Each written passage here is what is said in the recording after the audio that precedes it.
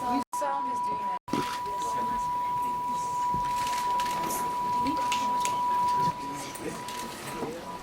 Guys, we have to fix this.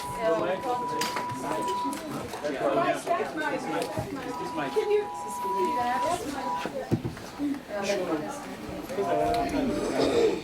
So it was me. Yes.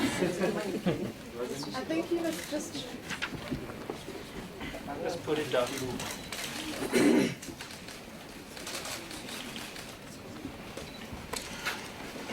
No, I apologize again.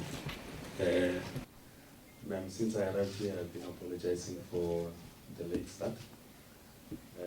To just reiterate again that you will be aware that the Speaker of the National Assembly arrived this morning from Bangladesh, where she was leading a multi-party delegation to the IPU session. So you will understand that you know, when she arrives, there will be a lot of things that needs to be done before this. But so I hope that we will be forgiven for starting late. And thank you very much for coming. The Speaker of the National Assembly called this media briefing to brief the media and the nation with regard to the National Assembly's response to the requests that have been received and with regard to the latest developments in South Africa. So accompanying her is the Secretary of the National Assembly, and I'm going to give to Ma'am to present the statement, and thereafter we will take questions of clarifications, should there be any. Unfortunately, we are not going to give you copies of the statement because we operate in an era of technology and we are believing in creating paperless institutions. As soon as she's done presenting the statement, it will be emailed to all of you, and those who might not, for some reason, be on our press list, the statement will immediately appear on the Twitter account and other social media platforms of Parliament. It will appear on the website of Parliament and other relevant platforms. So you can be able to have a look at it while you are still here, maybe to make references as part of your line of questioning. Ma'am?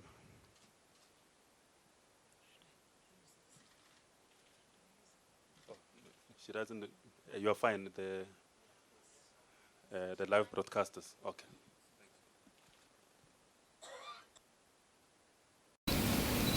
Is it morning or afternoon? Oh, good afternoon, ladies and gentlemen of the media. Earlier today, I arrived back to South Africa from Bangladesh, where I was leading a multi-party delegation of the South African Parliament to the Assembly of the International Parliamentary Union. Crucial as our role in this session was, I had to cut my participation in the light of the recent developments which have thrust the constitutional role of Parliament into the matter. These developments include the Speaker of the National Assembly being cited as a respondent in the matter between the official opposition and the President of the Republic at the Western Cape High Court, in which the official opposition sought to interdict the swearing-in of new members of the executive. The court was, amongst others, asked to compel Parliament to urgently schedule a motion of no confidence in the President. No finding was made against the Speaker in respect of the relief sought by the official opposition. On Thursday, the 30th March, the Office of the Speaker received a request from the Leader of the Opposition for a motion of no confidence in the President to be scheduled. The letter indicated that the motion be scheduled when Parliament reconvenes. Later on the same day, a similar request was received from the leader of the Economic Freedom Fighters. The letter made a further request for the National Assembly to be convened for a special sitting in the week of the 3rd April to debate and vote on a similar motion. On Friday, the 31st March, my office received a further letter, again from the official opposition, requesting that the National Assembly resume its business earlier to process the motion. The procedure for processing a motion of no confidence, which is a right members of Parliament enjoy in line with the oversight function of Parliament, is stipulated in the rules of the National Assembly. Once such a request is submitted to the Speaker, the rules outline the following process. 1. Assessment of the request to ascertain if it is compliant with the appropriate rules. 2. Consultation with the Chief Whip of the majority party and the leader of government business, who is the Deputy President of the Republic. 3. Scheduling of the motion within a reasonable time given the program of the Assembly. The National Assembly members are currently undertaking their constituency responsibilities across the country and are scheduled to return to Parliament from the beginning of May. The consultation process prescribed by the rules is meant to deal with these issues. Given the seriousness inherent in the motions of no confidence, and their implications on the nation, I have therefore decided to cut my working trip to Bangladesh to ensure that these requests are given the appropriate consideration in terms of the Constitution and in terms of the clarification provided by the Constitutional Court in the Mazibuko versus Sisulu matter, as and when a motion of this magnitude is called and is in line with the rules. It must be scheduled and must receive priority. I will therefore, as of today, begin a process of consultation contemplated in the rules in the consideration of the request submitted. I envisage that the consultation should be concluded as soon as possible. Once the consultation process is concluded, my office will duly write to all the parties involved to advise them of the outcome. On the question of what procedure would be followed in an event a motion of no confidence is agreed to by the House, the Constitution clearly stipulates what happens should a motion of no confidence be carried in sections 86, 88, and 90. In conclusion, I must stress that I am alive to the extreme challenges and sense of anxiety our young democracy is going through at this moment. Our people are looking to Parliament to play its part and exercise its constitutional responsibilities. South Africans are expecting our institutions of democracy, such as Parliament, to demonstrate decisive leadership. This is a responsibility that Parliament, for its part, does not take lightly. I therefore assure South Africans that this legislative arm of the state must and will rise to the occasion.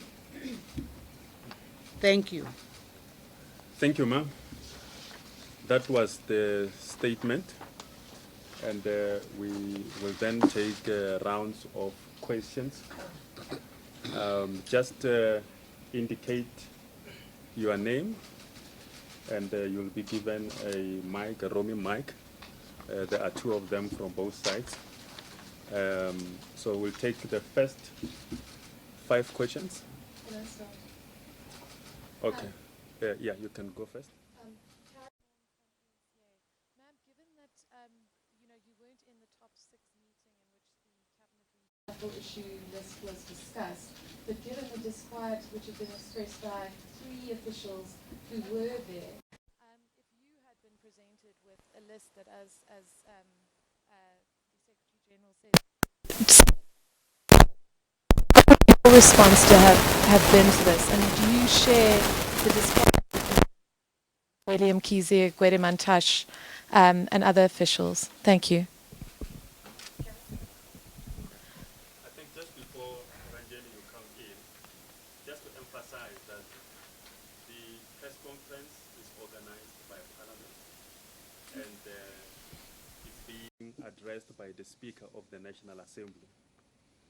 So we don't really want to conflate the issues of her responsibilities as a Speaker of the National Assembly with those of the political party and the leadership role that she comes from. I don't think that she will be shy to address those issues outside, but the platform is intended for Parliament processes and the Parliament's response to the issues.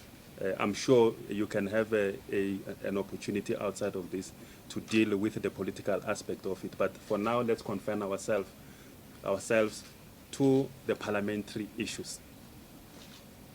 Thank you, Molota. I'm Ranjini Matsami from the Daily Maverick.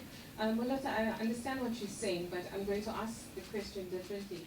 I'm going to ask the Speaker, if you were consulted in any form, whether in your capacity as Speaker or National Chairperson as one of the NC officials on the reshuffle that happened this week, whether you were informed about the events of Monday and then again on Thursday, whether whether there were any calls made to you while you were in Bangladesh. And secondly, I'd like to find out that while you were away and since your arrival, has there been any consultation that you've had with the President or with other officials of the ANC? Thank you very much.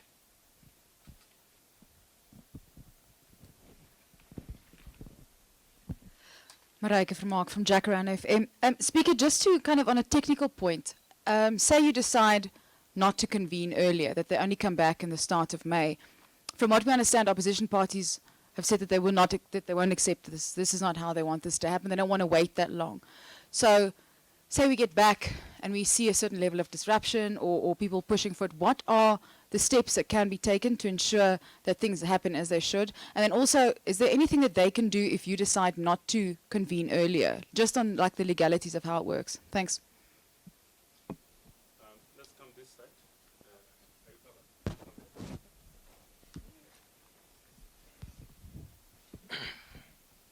Criselda Lewis from SABC Television. Well, I think we'll respect what you've just said, but I think we also got to respect the fact that Umama Mbete is also the chairperson of the ANC, so we'd love to get some clarification on some of these issues. Also on the issue of consultation, Mbete, have you spoken to anyone in the top 6? And we would really like to get your sentiment with regard to what's happened in the country over the past couple of days.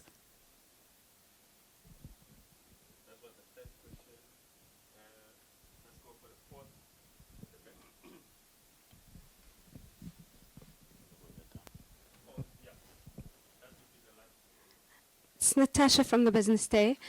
In light of the criticism of Parliament in the past, that it had failed to hold President Jacob Zuma accountable after the Nkandla judgment, the Speaker is assuring the nation that this time she does understand the seriousness of this matter.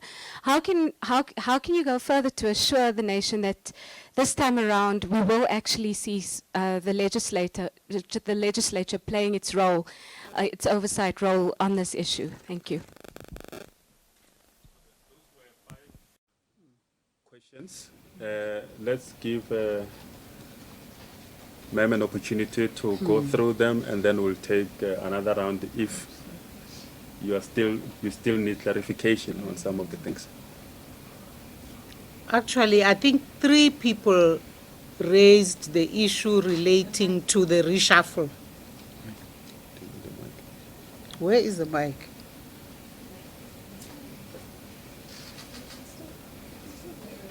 You can still hear me, yeah. So clearly the popular question relates to the reshuffle. I was there on Monday. Remember on Monday, we had a bilateral with the South African Communist Party the whole day. And the president actually did brief that meeting about, in particular, concerns relating to the Treasury and the Ministry of Finance, and the actual issues relating to the trip abroad and so on. So I was there when that briefing was first given by the president, and it was thorough. He shared with us not just, as I was hearing on radio now, coming here, the specific, what is it called?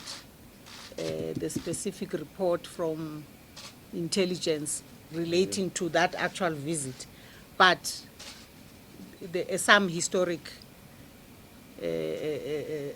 background.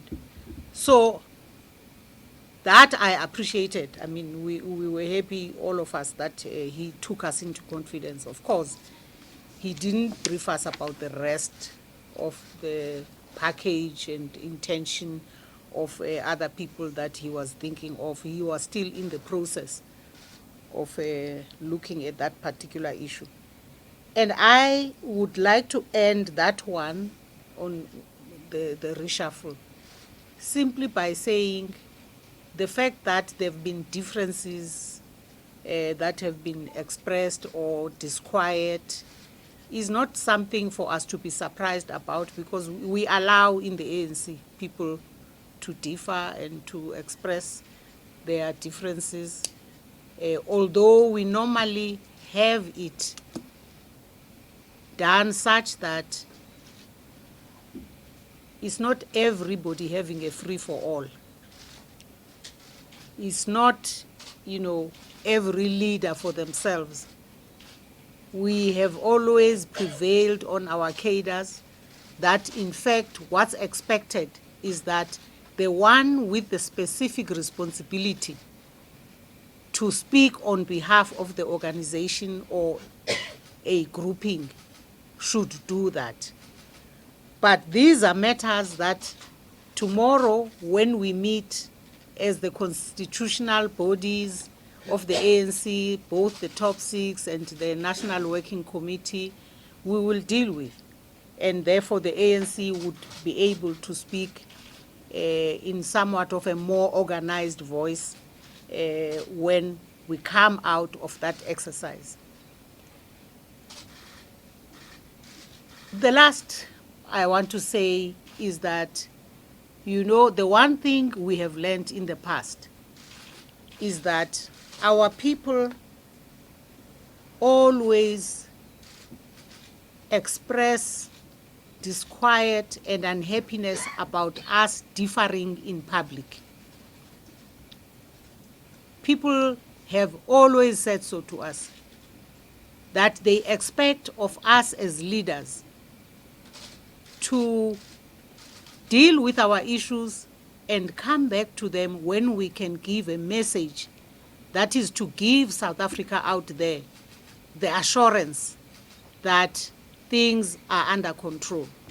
And I hope that now that people have indeed expressed their unhappiness, they've differed in public, that we will now come back together and bring together our voice so we can address the public in a manner that will reassure them.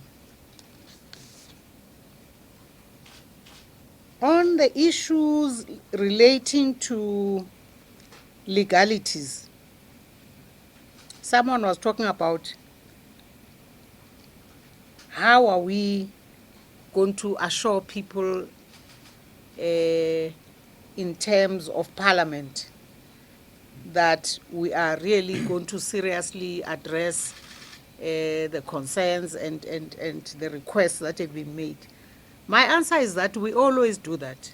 Well, Mr. Kaso is here. He's the Secretary to the National Assembly, who who plays a key role in assisting for us to address the role of the National Assembly in ways that it comes up when we attend to our work in Parliament.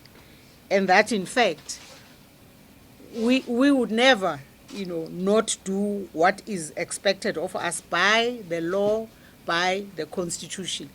The fact that we can't satisfy everybody all the time is a different matter. If any one of you read an article that was written by Muloto here next to me, responding to certain accusations, criticisms, and complaints, you will have noticed that, in fact, it's not just our parliament, it's parliaments all over the world that, where the speaker has a specific role. And it doesn't matter that people seem to expect that the speaker should jump into the political fray. The speaker doesn't, is not expected to. So when people complain, for instance, that, no, but this minister is not answering the question the way I want them, it's not for the speaker to make them answer the question a particular way. The speaker is there to make sure that they answer.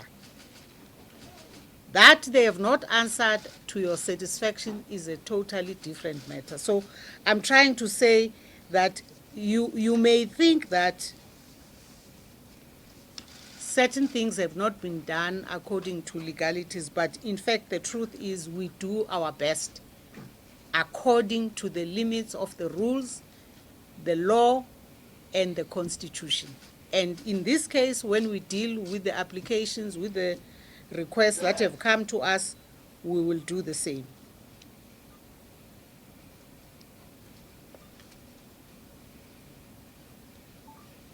I think I've covered the criticism, the legalities in the same answer. But Masbulele, should you need to add something, just go ahead.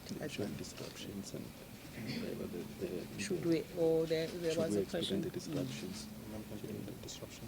In terms of the rules. I think the issue of disruptions, should we expect them, is a matter not depending on presiding officers. Disruption are a matter of how a particular MP or group of MPs decide is their strategy to engage in the parliamentary process. And in response to that, all we can do is to deal with that according to the rules. And in fact, to keep improving the rules so that we can improve, for instance, on the issue of the length of time it takes for us to deal with what is an obstacle in the process, for instance, of joint sittings that we have seen in the recent past. Yeah, I think, Secretary, is there anything that you want to add? Okay. Part of my question was not answered about whether the speaker has spoken to the president or any of the other officials since arriving. Since arriving, I haven't spoken to anybody. I've just spoken to the people from my office. Yeah.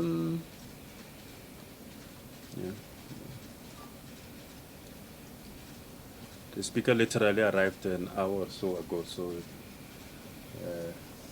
it's not been too long. And then can we take the second round? I see only 2 hands. Is there anyone in the back, at the back, who we haven't given an opportunity? Okay, so we'll give you 2, and then you want the second bite, and then you also want a third bite. Speaker, for your time. I appreciate that you say our people, ANC members, perhaps don't like it when there are differences. But ANC members also didn't like it when, at some stage, the party also took collective responsibility. And I think the reason why we've seen sort of some ANC leaders in the top 6 have come out to state their positions, and all of them have, except you, is because the president, the decision that he had taken was not a collective decision. I mean, when you speak to the Treasurer General, his statement says they were deprived of the opportunity to advise him. So it was a unilateral decision, and I think that's why we want to hear from you. What is your position? Do you agree with the decision that the President has taken to axe the Finance Minister using that intelligence report that many in the top 6 are describing as dubious? My second question is on the impeachment. The EFF went to the Constitutional Court last week to put in an application to force, for the Constitutional Court to force Parliament to take action against President Jacob Zuma. I just want to get your reaction on that. And do you think Parliament did everything it could to sort of hold the President to account, especially after that Constitutional Court judgment on Nkandla? Thank you. Speaker, I too am not entirely satisfied with the answer that you've given us relating to the cabinet reshuffle.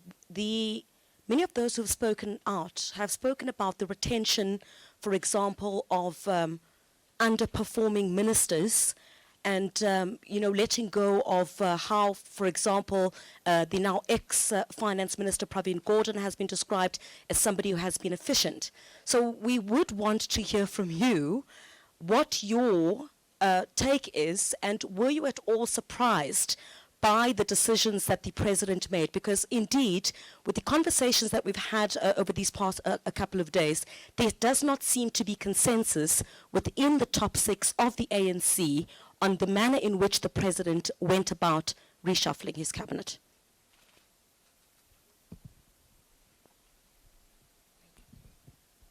Ma'am, it's Ranjini from Daily Maverick again. You spoke about the fact that you were at the meeting on Monday and you said that the President referred to this intelligence report. And if I heard you correctly, you said you appreciated that. Are you saying that you appreciate the reasons for the firing of the Finance Minister based on that intelligence report?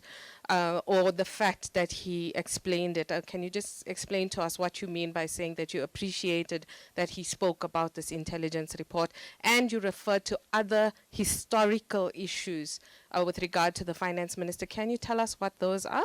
And secondly, this consultation process that you are embarking on with Deputy President Ramaphosa and the Chief Whips, can you give us an idea as to how long that is expected to take, and if you do call a session, how soon we can expect it? Thanks very much.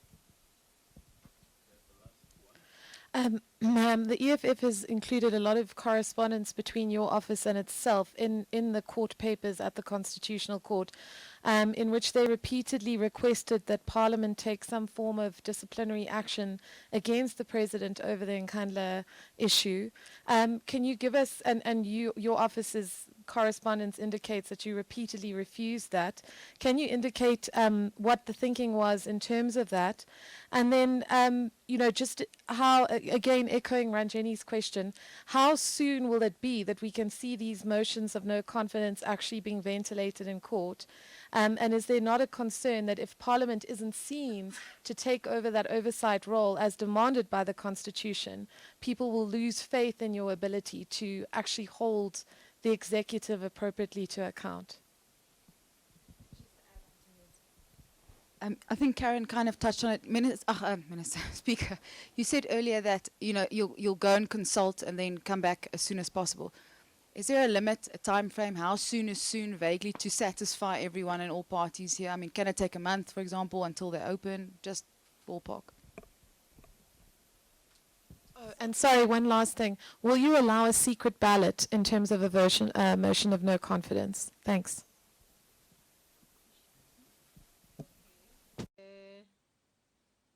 A secret ballot is not part of what we do. It's not provided for in the rules. So we simply just don't do secret ballot until one day maybe there's enough pressure from the MPs themselves, the rules be changed, then we will do that when the rules allow us to do that. But right now, we have no basis for secret ballot. Ranjeni, on what I said, we appreciated. All of us who were there, the 12 of us, appreciated the fact that the president took us into confidence on a range of matters in the experience of his work with this particular minister and the treasury. So I was not talking about just the intelligence report. For the rest, really, I will only talk when I have been favored myself,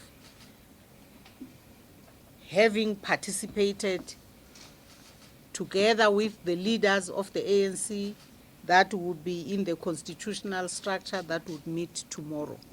Then I can have a basis on which I have a better, understanding of details and what has been going on, because I can't comment on things that happened in my absence.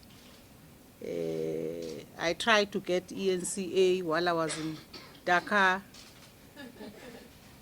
I really badly wanted to keep in touch with what was going on. At some point we had some Al Jazeera, but TNCA is Africa. I know. But when you are far from home, you really badly want, to get an African station. How long will the consultation take? I'm in Lutuli House tomorrow. I sleep in Cape Town tomorrow night. Tuesday, I'm in the office. The consultation starts. I will, of course, have already taken advantage of whatever snippets of time with the DP, but that's something that happens better when I am in Parliament and we can consult. It takes definitely at least a few days. So I don't think consultation might take a month, no. But it also depends on where these people are. We're talking about people whose movements you can't control. But Tuesday, I will be in the office in Parliament, and I hope to be able to consult within the week.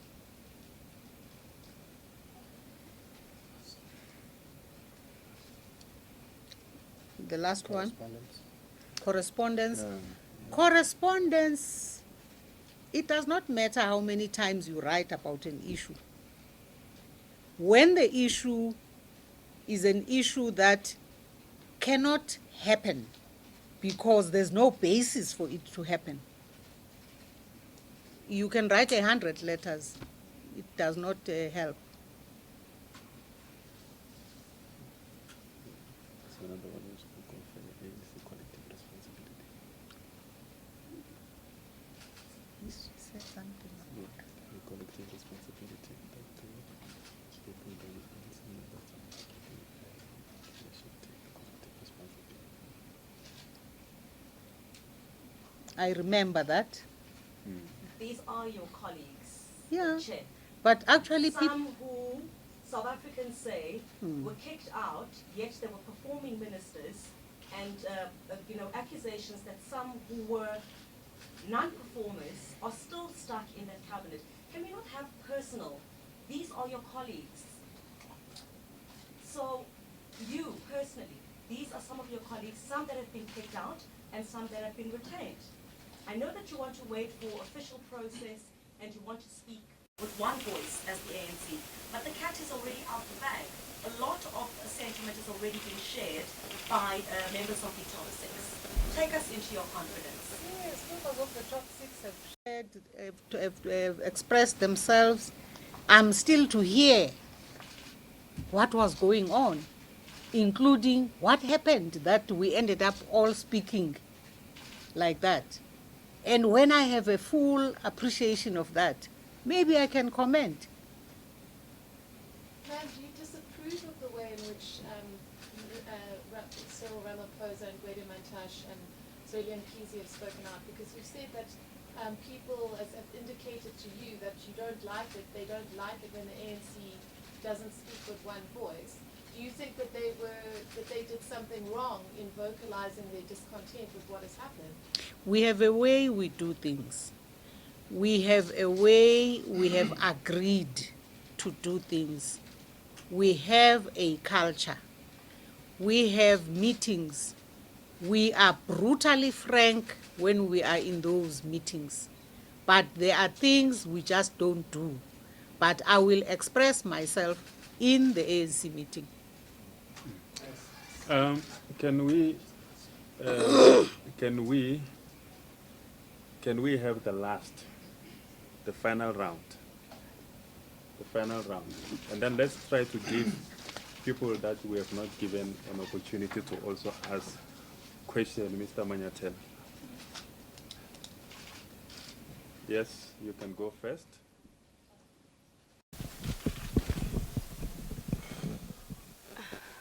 Thank you, Fifi from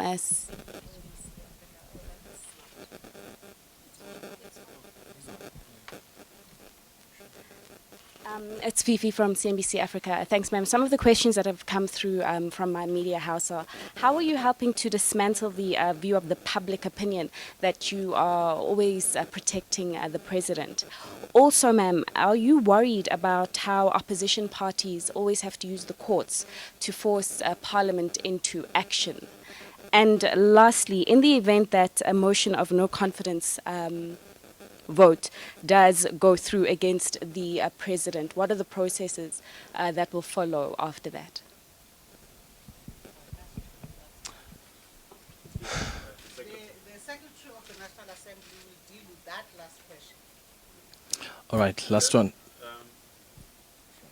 No, two, and then we close. Yes. Chair, since I'm asking a question, Chair,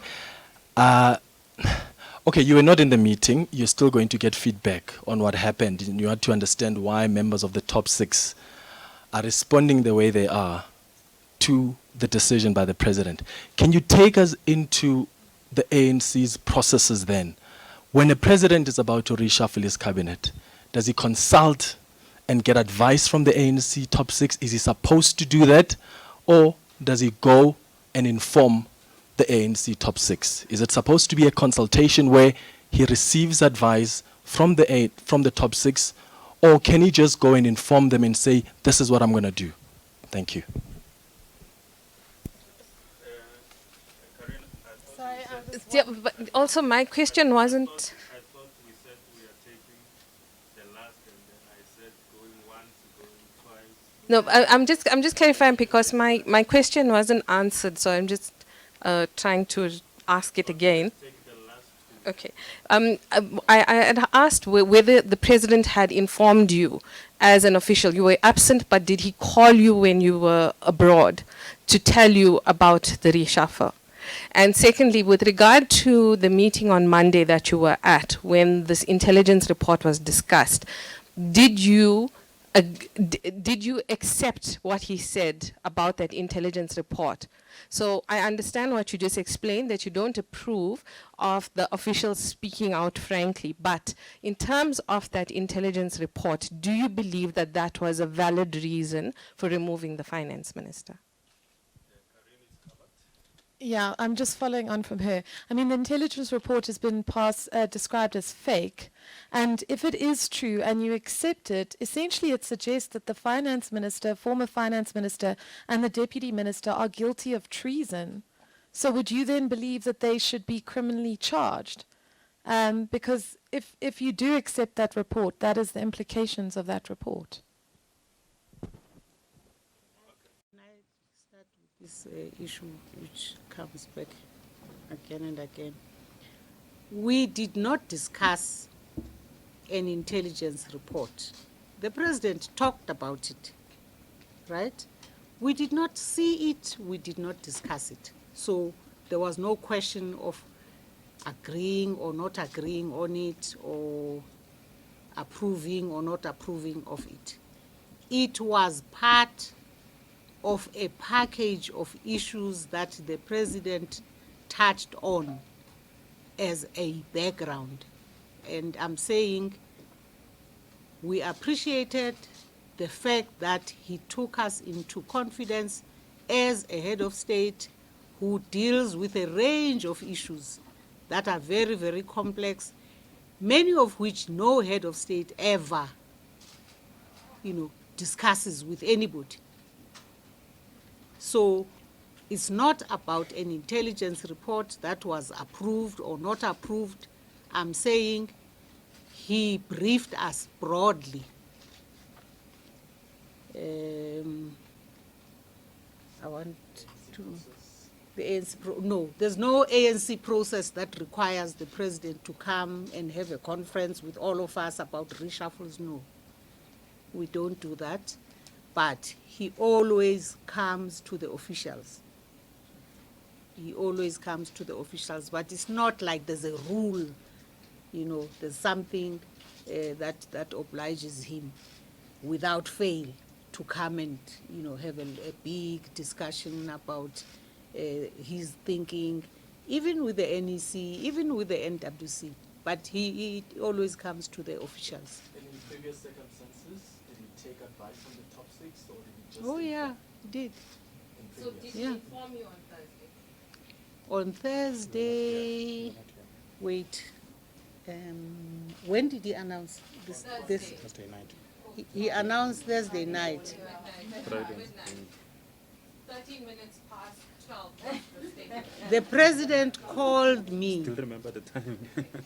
Because he does call when you are not around. Like, for instance, one time I was in Italy and I got a call saying, I don't want you to be surprised, I'm about to make an announcement, and so on. So Thursday I got a call as he was leaving Cape Town, coming to Johannesburg, about what was going to be announced, but not the detail.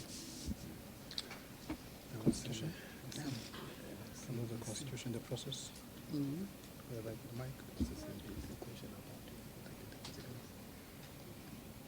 What would be of great interest to me is if members of the media one day would go into further detail about this protection of the president. How exactly does it manifest? Because if it was President de Klerk, for that matter, I would play my role the same way I am playing it, by the rules. It does not matter who the president is. I play the role expected of the presiding officer when the president is in the House dealing with the issues of which he is expected to deal, and when he has been invited to come to the House.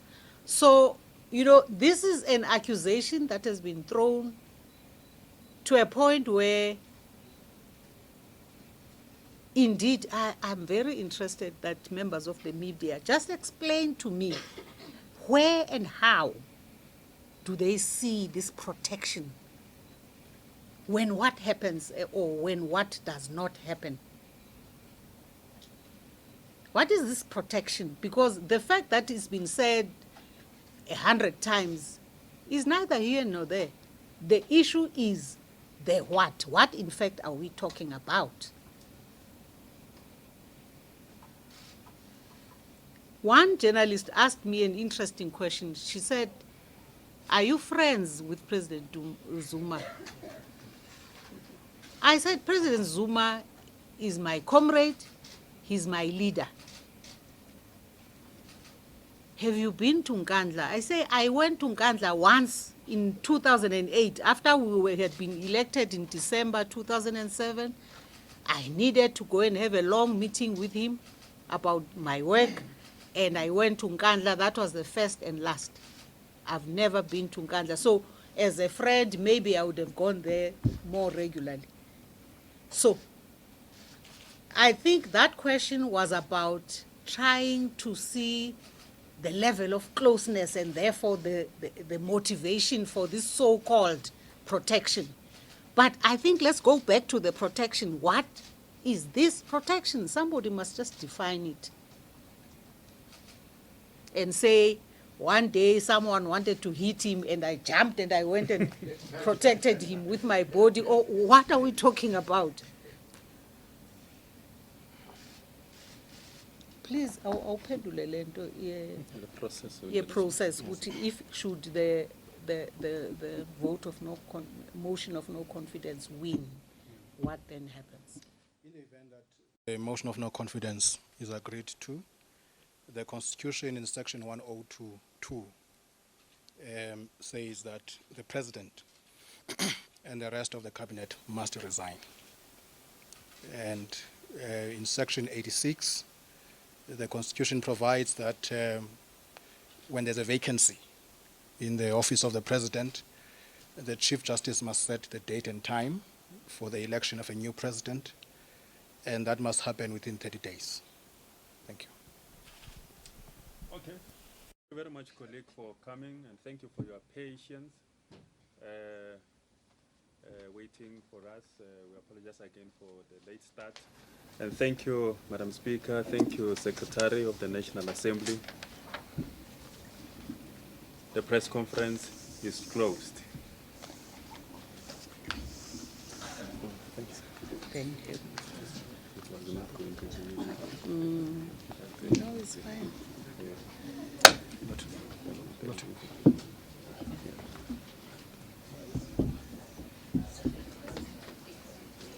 Yo.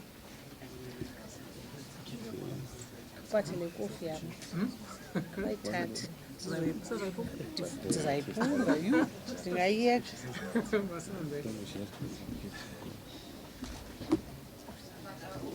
You don't get to this one.